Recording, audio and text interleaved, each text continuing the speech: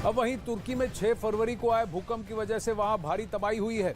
भूकंप में जान गंवाने वालों का आंकड़ा हर घंटे बढ़ रहा है और अब तक वहां 35,000 से ज्यादा लोगों की मौत हो चुकी है, जबकि 1 लाख से ज्यादा लोगों के घायल होने की जानकारी है। बता दूं कि 1939 में, इससे पहले जब ये त्रासदी तुर्की में आई थी, तब मृतकों की संख्या 30,000 के करीब थी। तो यानी अब वो आंकड़ा उसको भी पार करता हुआ दिख रहा है, पार कर चुका है। इस बीच तुर्की के राष्ट्रपति रेसिप ताइप एर्दोगान ने भूकंप पर बहुत बड़ा बयान दिया है। भूकंप में महातबाही के बाद उन्होंने दावा किया कि 6 फरवरी को आया भूकंप 100 परमाणु बम धमाकों जितना खतरनाक था, जिसमें 10 में से 7 सूबों में शहर के शहर ढेर हो गए।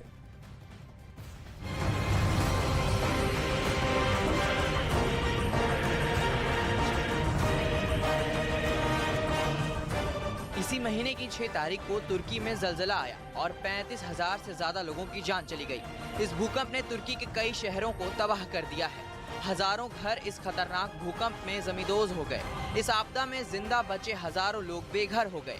भूकंप आने के 9 दिन बाद भी दुनिया भर से आए बचाव कर्मी लगातार मलबे में लोगों को ढूंढने के लिए जुटे हैं। हालांकि कई इलाकों में हालात बेहद खराब होने की वजह से हर किसी तक तत्काल मदद पहुँचाने में काफी मुश्किलों का सामना करना पड़ रहा है। तुर्की राष्ट्रपति रेसिप ताइप एर्दोगान ने इस भूकंप को बेहद खतरनाक बताया। उन्होंने कहा कि ये भूकंप सैकड़ों शक्तिशाली परमाणु बमों जितना खतरनाक है। Dünyadaki pek çok ülkenin toprak bütünlüğünden daha geniş bir alanda yaşanan felaketin tarihteki diğer büyük depremlere göre 7 kilometre gibi yüzeye yakın bir yerde gerçekleşmesi çarpan etkisiyle yıkımı artırdı. Ardı ardına yaşanan bu depremler en güçlü atom bombalarının yüzlercesine denk büyüklükte bir enerji ortaya çıkardı. तुर्की में भूकंप से महातबाही के बाद वहां के राष्ट्रपति ने अधिकारियों के साथ एक बैठक की। इस बैठक में राष्ट्रपति रेसिप ताइप एर्दोगान ने इस भूकंप को तुर्की की स्थापना के बाद सबसे गंभीर आपदा बताया। 6 Şubat günü yaşadığımız iki büyük depremle tarihinde eşi benzeri görülmemiş genişlikte bir alanda ve şiddette sarsıldı. Cumhuriyet tarihinin 1939 Erzincan depreminden sonraki en büyük iki afetini aynı gün ardı ardına yaşadık. भूकंप आने के बाद से ही बचाव कर्मी लोगों को बचाने में जी जान से जुटे हुए हैं और उन्हें इसमें सफलता भी मिल रही है, क्योंकि कई इलाकों से 8 दिन बाद भी मलबों में दबे लोगों को सुरक्षित बाहर निकाला गया है। और यही वजह है कि वहां के राष्ट्रपति ने यहां तक ऐलान कर दिया है कि जब तक एक शख्स को बचा नहीं लिया जाता, रेस्क्यू ऑपरेशन बंद नहीं होगा। 1.2 लाख स्क्वायर किलोमीटर के प्रतिफल में ये इम्पैक्ट हुआ है, वो भी दक्षिणी तुर्की में। इन भूकंपों का कम से कम 10 सूबे इससे प्रभावित हुए हैं, जिसमें से 7 बहुत ही सीवियर हैं। फिलहाल जितना रेस्क्यू काम हो रहा है वो गाजियानटेप के आसपास इर्द गिर्द हो रहा है। भले ही वहां पर और भी सूबे हैं जहां पर नुकसान काफी भारी हुआ है। जावेद मंसूरी हमारे सहयोगी वहां तुर्की में है और इस वक्त गाजियानटेप से लाइव जुड़ रहे हैं हमारे साथ। जावेद, आपने बहुत सारे सूबों का भ्रमण किया है, अधिकांश रिलीफ वर्क गाजियानटेप में फोकस्ड है, लेकिन गाजियानटेप की आबादी बाकी सूबों के बनिस्बत कम है और अंताकिया और कहरनमरास जैसे जो लोग जैसी जगह हैं, सूबे हैं, वहां जो डिस्ट्रक्शन हुआ है, डेवास्टेशन हुआ है, वो गाजियानटेप के मुकाबले कई ज्यादा है। देखिए, आप बिल्कुल सही कह रहे हैं आनंद। मैं अगर आपको बताऊं, जो अंताकिया है, कल हम अंताकिया में थे और ऐसा डिस्ट्रक्शन हमने पूरे तुर्की में कहीं नहीं देखा है। जो भी प्रभावित इलाके हैं, बहुत ज़्यादा तबाही वहाँ हुई है। खंडर वो शहर बन चुका है। अभी हम जो तस्वीरें आपको दिखा रहे हैं, नूरदागी से दिखा रहे हैं, जो कि गाजियानटेप प्रांत का हिस्सा है। जरा मैं आपको तस्वीर रेयर कैमरा से दिखाता हूँ। देखिए, ये विजुअल देखिए, ये अब इसी तरह से मलबों के ढेर जगह जगह बने हुए हैं और यहाँ हम जितनी दूर तक कैमरे की नज़र जाएगी, आपको इसी तरह से मलबे के ढेर नज़र आएंगे। मैं एक और तस्वीर आपको दिखाऊंगा, इसी मलबे के ढेर के ठीक सामने किस तरह से रिलीफ वर्क यहाँ पर है और किस तरह से रिलीफ कैंप्स बन गए। देखिए, ये पुलिस है यहाँ तुर्की की। ये देखिए, तस्वीर देखिए, ये पूरा मलबे का ढेर, मलबे का पहाड़ आपको नज़र आएगा। और ज़रा अब इस तरफ देखिए, ये आफाट जो कि यहाँ डिजास्टर मैनेजमेंट कंट्रोल करती है, आफाट की तरफ से यहाँ पर कैंप्स लगाए गए हैं। जो लोगों की जिंदगी है वो इस तरह से कैंप्स में सीमित होकर रह गई है। और चुनौती ये है आनंद, क्योंकि यहाँ बहुत ज्यादा ठंड है, 1 डिग्री लगभग यहाँ ठंड है। अभी कोल्ड वेव हम महसूस कर सकते हैं। देखिए किस तरह से जिंदगी बसर यहाँ पर यहाँ के लोग कर रहे हैं। ये आप देख लीजिए, ये टेंट बनाए गए हैं आफाट की तरफ से, और यहाँ अब इस तरह से लोग रह रहे हैं। और ये लगभग कई शहर ऐसे हैं जो कि टेंट सिटी के रूप में तब्दील हो चुके हैं। तो ये स्थिति बनी हुई है। लेकिन इस सब के बावजूद नूरदागी के अलावा अगर हम बात करें तो अंताकिया बहुत ज्यादा प्रभावित है। हमने कल वहां पर देखा कि ऐसी जगह हमें नजर आई जहां पर रेस्क्यू ऑपरेशन भी नहीं चल रहा था। और सबसे बड़ी चुनौती अभी यहाँ इनके सामने ये है कि वहां बॉडीज जो हैं वो डिकम्पोज होना शुरू हो गई हैं बहुत जगहों पर, जिसकी वजह से अब महामारी का वहां पर हमने महसूस की। महामारी का डर भी होगा, लगातार बना हुआ है जी। और जैसा आप कह रहे हैं यहाँ पर तो आफाट कैंप में आप चल फिर पा रहे हैं क्या? अंताकिया और कुछ ऐसी प्रोविंसेस, ऐसे सूबों में ऐसी हालत थी कि तुर्की आर्मी ने आपको वहां अंदर जाने नहीं दिया, और लोगों में भी कहीं ना कहीं गुस्सा दिख रहा है। क्या लूट मार के इंस्टेंसेस भी सामने निकल के आए? तो ये तो फिर मल्टीपल प्रॉब्लम हो गई। एक तरफ जान बचाइए, दूसरी तरफ आप इनका इलाज कीजिए, जो बेघर हो गए उनके लिए जगह दीजिए, फिर खाने पीने की सामग्री, फिर महामारी का डर, और उसके ऊपर अब लूट मार। और इसकी भी खबरें बहुत ज्यादा हो रही हैं, करीब 150 से ज्यादा अरेस्ट हुए हैं। देखिए ये जो आप कह रहे हैं कि कहीं रोका गया, कहरामन मारस वो जगह थी जहां एक रिलीफ कैंप को हम शूट कर रहे थे, वहां हमें सेना ने रोक दिया। वहां इतनी ज्यादा तादाद में लोग रिलीफ कैंप में मौजूद थे, लंबी लंबी कतारें लगी हुई थी राशन लेने के लिए, लेकिन हमें वहां शूट नहीं करने दिया गया। इसके अलावा जो समस्या यहां आ रही है आनंद, वो ये आ रही है कि जो आप कैंप्स मेरे पीछे देख रहे हैं, यहाँ पर सब कपड़े और खाना इनके पास है, लेकिन इनको यहाँ चाहिए हीटर चाहिए, गैस चाहिए, विमेन हाइजीन चाहिए, डायपर चाहिए, ब्लैंकेट्स चाहिए। ये वो ज़रूरत है जो फिलहाल ठंड से बचने के लिए बहुत ज़रूरी है, क्योंकि लोग कारों में ज़िंदगी गुजार रहे हैं, जिनको कैंप्स मिल जा रहे हैं वो कैंप्स में लोग रह रहे हैं। तो अभी बहुत बड़ी चुनौती है, न सिर्फ वो लोग जो बच गए हैं उनको आसरा दिया जाए, उनको एक जो ज़रूरत है वो पूरी की जाए। इसके अलावा जो मलबों के जगह जगह ढेर लगे हुए हैं, मैं आपको तस्वीर दिखाऊं, उसको हटाना, क्योंकि जो आंकड़ा आपने अभी बताया कि 41,000 क्रॉस कर चुका है, अकेले 35,000 तुर्की में है, लेकिन मैं ये कह सकते हैं हम ये आंकड़ा बहुत ज्यादा बढ़ेगा,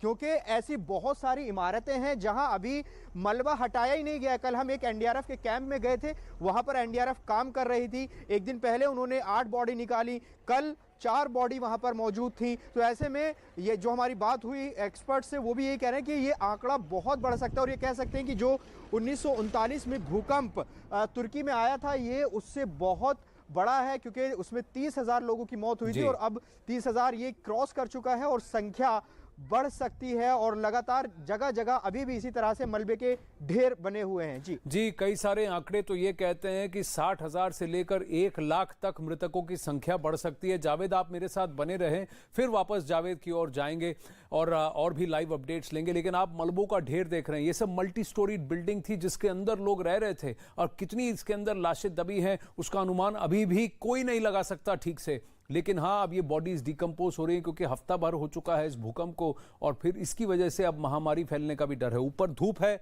और वहां ग्राउंड पर ठंड, तो वो भी बहुत ज्यादा तकलीफें बढ़ा सकता है जहां जितने लोग वहां इन राहत कैंप्स में हैं। 6 फरवरी के बाद भी तुर्की में कई बार भूकंप के झटके महसूस किए गए, जिसकी वजह से लोग डरे हुए हैं, घबराए हुए हैं। लेकिन दूसरी तरफ भूकंप के 9 दिन बाद भी रेस्क्यू ऑपरेशन जोर शोर से जारी है। मलबे में फंसे लोगों को जिंदा बाहर अब भी निकाला जा रहा है। कुदरत का करिश्मा देखिए कि कुछ लोग 8-9 दिन मलबे में दबने के बावजूद उनको जिंदा निकाला जा रहा है। यानी एक तरफ जहां लोग उम्मीद खो चुके हैं, वहीं दूसरी तरफ मलबे से सुरक्षित बाहर निकल रहे लोग रेस्क्यू टीम का हौसला बढ़ा रहे हैं। भूकंप की वजह से तुर्की के 10 शहर खंडहर में तब्दील हो चुके हैं, और हर शहर में मलबे में दबे लोगों को जिंदा निकालने का काम फिलहाल जारी है।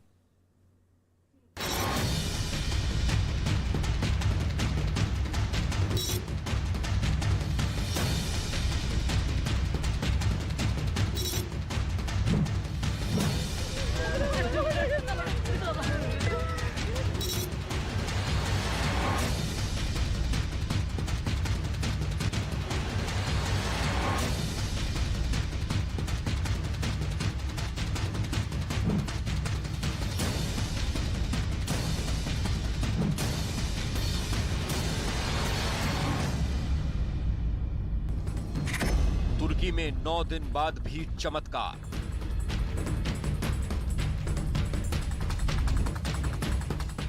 मलबे में ढेर के बीच जारी है जिंदगी की जंग। खंडहर हो चुकी इमारतों के बीच राहत का काम।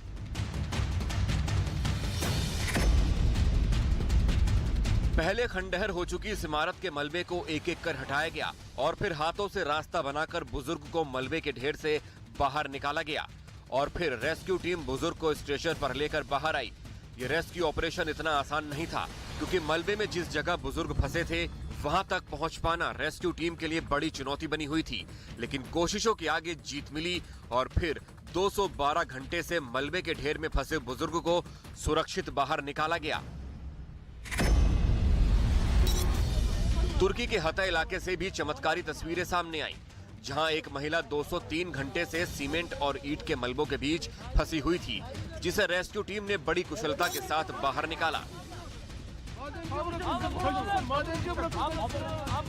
पहले हाथों से मलबे को हटाकर रास्ता बनाया गया और फिर उसे धीरे धीरे बाहर निकाला गया। ये रेस्क्यू ऑपरेशन बड़ा ही चुनौती भरा था क्योंकि जरा सी भी चूक इस महिला की जान पर भारी पड़ सकती थी। महिला को सकुशल बाहर निकालने के बाद रेस्क्यू टीम ने राहत की सांस ली और पूरा इलाका तालियों की गड़गड़ाहट से गूंज उठा।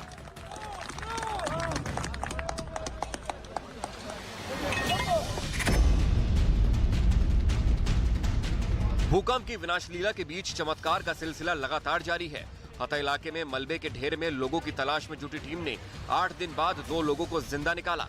ये दोनों 6 फरवरी को आए विनाशकारी भूकंप के बाद से ही मलबे में दबे थे। बिना कुछ खाए पिए ये 8 दिन तक जिंदा रहे। रेस्क्यू टीम के सदस्यों का भी कहना है कि ये किसी चमत्कार से कम नहीं है। इस रेस्क्यू ऑपरेशन के दौरान की जो तस्वीरें सामने आई हैं उसमें दिख रहा है कि बल्ब की रोशनी में रेस्क्यू टीम के सदस्यों ने एक आदमी को मलबे से जिंदा निकाला। बाहर निकलने के बाद भी इस आदमी के चेहरे पर दहशत साफ देखी जा सकती थी। इस आदमी के रेस्क्यू के तुरंत बाद ही बचाव टीम के सदस्यों ने मलबे के अंदर से महिला को बाहर निकाला। बाहर निकलने के बाद स्ट्रेचर पर लेटी महिला ने दोनों हाथ ऊपर किए, ईश्वर और बचाव कर्मियों का शुक्रिया अदा किया। तुर्की के भूकंप प्रभावित क्षेत्रों में काम कर रही राहत बचाव की टीमें दिन हो या रात लगातार 24 घंटे लोगों को बचाने का काम कर रही हैं।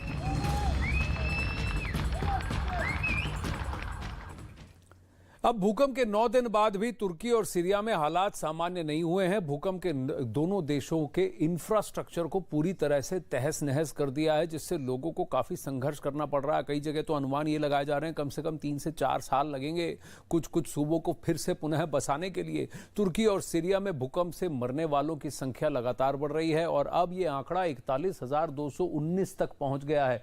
भूकंप के 9 दिन बाद भी तुर्की और सीरिया में रेस्क्यू ऑपरेशन अब भी जारी है। तुर्की में 65 देशों के 2,600 से ज्यादा बचावकर्मी रेस्क्यू ऑपरेशन में लगे हुए हैं। तुर्की में युद्ध स्तर पर रेस्क्यू ऑपरेशन चलाया जा रहा है और इसके लिए 629 क्रेन, 360 गाड़ियों का प्रयोग भी हो रहा है। तुर्की में अब तक 3 लाख से ज्यादा कंबल, 41,000 से ज्यादा टेंट भूकंप पीड़ितों के लिए मुहैया कराए गए हैं। उधर सीरिया में भूकंप से हालात खराब होते जा रहे हैं। एक अनुमान के मुताबिक सीरिया की आधी आबादी भूख का सामना कर रही है। सीरिया के हालात को देखते हुए यूएई ने भेजी जाने वाली मदद को बढ़ा दिया है। यूएई की तरफ से सीरिया को भोजन, टेंट, कपड़े और मेडिकल उपकरण भेजे गए हैं, लेकिन वहां के स्थानीय कह रहे हैं हमें कंबल दीजिए, कंबल चाहिए। महिलाओं के लिए जो पर्सनल यूज की सामग्री है, हाइजीन की सामग्री है, जैसे सैनिटरी पैड्स, वो चाहिए। बच्चों के लिए डायपर्स चाहिए और दूध, जो मिल्क पाउडर है, वो चाहिए। ऐसी चीजों की आवश्यकता है वहां पर। सीरिया के कुछ शहरों में भयंकर तबाही छाई हुई है। लोग दर्द से कराह रहे हैं और मदद के लिए चिल्ला रहे हैं, लेकिन कोई नहीं है जो मदद के लिए आगे आए, क्योंकि सिविल वॉर की वजह से अलग अलग सूबे अलग अलग एंटिटीज के कंट्रोल में है। ऐसा इलाका है जहां दशकों से ज्यादा वक्त तक चले युद्ध के कारण पहले काफी तबाही का माहौल था। सीरिया में तो हालात खराब हैं। जावेद मंसूरी अभी लाइव हैं तुर्की में नूरदागी से। आपके पीछे भी जो मैं देख रहा हूं, ये कई सारी मल्टी स्टोरी बिल्डिंग्स लग रही हैं जो पूरी तरह मलबे के ढेर में बदल गई हैं। हमने हते में देखा कि 8 दिन बाद भी कुछ लोगों की जान बच गई। यहां पर क्या बचाव कार्य बंद कर दिया गया है? क्या ऐसे कुछ सूबे हैं जहां पर अभी तक रिलीफ वर्क पहुंच नहीं पाया? जिस तरह से इंफ्रास्ट्रक्चर डैमेज है जावेद, इसको तो सालों लग जाएंगे वापस बनने, तब तक ये लोग क्या करेंगे, कहां जाएंगे? बिल्कुल, देखिए जिस तरह के मलबे के पहाड़ नजर आ रहे हैं उसको बनाने में, इस मलबे को हटाने में बहुत वक्त लग जाएगा आनंद, क्योंकि अगर मैं आपको दिखाऊं, देखिए ये रिहायशी इमारतें हैं और जहां तक कैमरे की नज़र जाएगी आपको इसी तरह से ये जो मलबे के पहाड़ हैं नज़र आएंगे। और ये एक तरफ नहीं है, मैं ज़रा कैमरे को थोड़ा सा आगे ले जाता हूं और आपको तस्वीर दिखाता हूं। ये देखिए किस तरह की स्थिति यहाँ पर बनी हुई है और यहाँ अभी इस जगह पे, कम से कम इस पॉइंट पर हमें कोई रेस्क्यू ऑपरेशन चलता हुआ नज़र नहीं आ रहा है। हालांकि ऐसा नहीं है कि नहीं चल रहा है, नूरदागी में दूसरी जगहों पर चल रहा है, लेकिन यहाँ अभी नहीं दिखाई दे रहा है। देखिए एक इमारत ये देखिए इस तरफ, मैं आपको दिखाता हूँ कि यहाँ क्या स्थिति है। ये तस्वीर आप देख लीजिए, ये भी रिहायशी इमारत मालूम पड़ती है और ज़रा इसकी तस्वीर देखिए कि क्या स्थिति यहाँ पर बनी हुई है। यहाँ आपको कुछ नज़र नहीं आएगा, सब बिखर चुका है, बर्बाद हो चुका है। और ये सवाल सही है कि इस स्ट्रक्चर को दोबारा खड़ा करने में सालों लग जाएंगे। और देखिए इस स्ट्रक्चर के ठीक सामने यहाँ इस तरह से ये आफाट के कैंप बने हुए हैं, लोग इन कैंप में शिफ्ट हो गए हैं जो बच गए हैं और हज़ारों की तादाद में लोग। जावेद एक बात बताइए, एक एक टेंट में कितने लोग हैं? बनी हुई है लगातार। खाने पीने के लिए लोग क्या कर रहे हैं? खुद ही उनको ये करना पड़ रहा है, अपना प्रबंध करना पड़ रहा है, क्या कर रहे हैं स्थानीय लोग? देखिए खाने पीने की जो समस्या है वो यहाँ पर नहीं है। जो हमारी यहाँ के लोकल से बात हुई है उनको खाने का सामान पर्याप्त मात्रा में मिल रहा है, क्लोथ जो है वो पर्याप्त मात्रा में मिल रहे हैं। लेकिन समस्या जो आ रही है वो ठंड में आ रही है। ठंड में उन्हें हीटर चाहिए क्योंकि यहाँ ठंड बहुत ज़्यादा है। उनको ब्लैंकेट्स चाहिए, उनको गैस चाहिए, उनको विमेन हाइजीन चाहिए। तमाम समस्याएं हैं जो यहाँ के लोग अभी फेस कर रहे हैं। ये बातचीत के आधार पर हम आपको बता रहे हैं। और टेंट सिटी की जहाँ तक बात है तो कई शहर ऐसे हैं जहाँ आपको टेंट ही टेंट नज़र आएंगे। तो ये स्थिति तो हर शहर में कमोबेश नज़र आ रही है क्योंकि ये इस तरह की स्थिति यहाँ पर हो गई है और लोग इस तरह जो घर हैं वहाँ रह रहे हैं। इस तरह कैंप्स जो हैं वो उसमें रहने को मजबूर हैं। और कुछ लोग ऐसे भी हैं वो भी जिनके घरों में दरारें आ गई हैं, उनको खतरा है कि कभी भी गिर सकता है, तो वो अपने घर से दूर अगर आफ्टर शॉक्स आए तो फिर वो क्या करें? जी, क्योंकि कार फिर भी सड़क पे है, थोड़ा सेफ लगेगा, ऊपर से कुछ गिरेगा नहीं। कम से कम 2800 आफ्टर शॉक्स आ चुके हैं पिछले 9 दिनों में उस बड़े भूकंप के बाद। कल भी वहां पर ऐसे झटके आए थे जो कि 4.5 और 4.8 थे रिक्टर स्केल पर। यानी कि अगर ऐसी कोई टेढ़ी मेढ़ी इमारतें हैं जिनमें क्रैक्स हैं वो कभी भी ढह सकती हैं, कभी भी गिर सकती हैं। भूकंप ने तुर्की के 10 शहरों को बर्बाद कर दिया है। आज अंताकिया में भी भूकंप का विनाश देखने को मिला। ये लीला ऐसी है कि पूरा शहर और पूरा कस्बा पूरी तरह से फ्लैट हो गया है। यहाँ सैकड़ों इमारतें गिर चुकी हैं और जो इमारतें नहीं गिरी वो जर्जर हालत में हैं, जिसकी वजह से लोग घरों में जाने से कतरा रहे हैं। ठंड ने भी लोगों के लिए मुश्किलें खड़ी कर दी हैं क्योंकि ऊपर धूप दिख रही है, आपको साफ आसमान दिख रहा है, लेकिन टेम्परेचर वहां 1 डिग्री है। लिहाजा लोगों ने भूकंप से बचने के लिए कार और टेंट में नया बसेरा बना लिया है।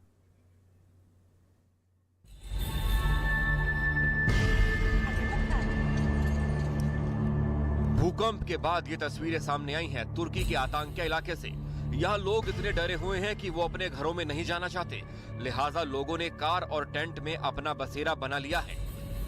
इस वक्त हमारी मौजूदगी अंताकिया प्रांत के बेलेन जिला में है और यहाँ पर किस तरह से लोग भूकंप के बाद जिंदगी बसर कर रहे हैं उसकी तस्वीरें आपको दिखाएंगे। बहुत ज्यादा बेबसी और दर्द इन लोगों के बीच इस वक्त चल रहा है। बेलन की ये तस्वीर मैं आपको पहले दिखाऊं। देखिए लोगों ने अपनी कार में बसेरा बना लिया है। ये कार आप देखेंगे यहाँ सभी ज़रूरत का सामान है। यहाँ मुझे गैस चूल्हा नज़र आ रहा है और यहाँ सभी ज़रूरत का सामान नज़र आ रहा है। वो इसलिए क्योंकि भूकंप के बाद जो इनकी इमारतें थी वो बेहद रिस्की हैं। और ज़रा देखिए वो जो ब्लू कलर का जो घर है, ये लोग उस घर में रहते हैं लेकिन अब नहीं जा सकते क्योंकि उसके गिरने का खतरा बना हुआ है और लिहाजा ये लोग सड़क पर रहने को मजबूर हैं। तुर्की में पहले भूकंप ने लोगों का आशियाना छीन लिया और अब ठंड ने भी यहाँ के लोगों के लिए मुश्किलें खड़ी कर दी हैं। लिहाजा लोग हीटर, गैस और कंबल के लिए सरकारी केंद्रों पर आश्रित हैं। सरकारी केंद्र के बाहर लंबी कतार लगी है। कतार क्यों लगी है वो तस्वीर हम आपको दिखाते हैं क्योंकि भूकंप के बाद भारी तबाही इस इलाके में देखने को मिली थी। अगर आप तस्वीरों में देखेंगे तो ये मेरे पीछे सरकारी केंद्र आपको नजर आएगा और ज़रा यहाँ पर लाइन एक बार देख लीजिए किस तरह से लाइन आपको यहाँ दिखाई देगी। ये मैं अगर आपको तस्वीर दिखाऊं, ये तस्वीर आप देखिए कितनी बड़ी लाइन आपको यहाँ पर नज़र आएगी। इन लोगों को कमी है किस बात की वो हम आपको बताएं। दरअसल यहाँ पर इनके पास खाना तो है, लेकिन इतनी भीषण ठंड में इनके पास हीटर की कमी है, इनके पास फ्यूल की कमी है, इनके पास जो वुमेन हाइजीन है उसकी कमी है। तो उसी के लिए ये इस सरकारी केंद्र पर रजिस्ट्रेशन करा रहे हैं ताकि वो सब सामान इनको मिले। भूकंप के बाद से तुर्की में लोगों की जिंदगी किसी चुनौती से कम नहीं है। यहाँ लोगों के पास खाने पीने का सामान तो है, लेकिन जरूरत की बाकी चीजों के लिए लोगों को ऐसे ही सरकारी केंद्रों पर आश्रित रहना पड़ रहा है। 2023 की पहली सियासी जंग, त्रिपुरा, मेघालय, नागालैंड में किसका लहराएगा परचम? 3 राज्यों में चुनाव की सबसे बड़ी कवरेज सिर्फ न्यूज़ 18 इंडिया पर।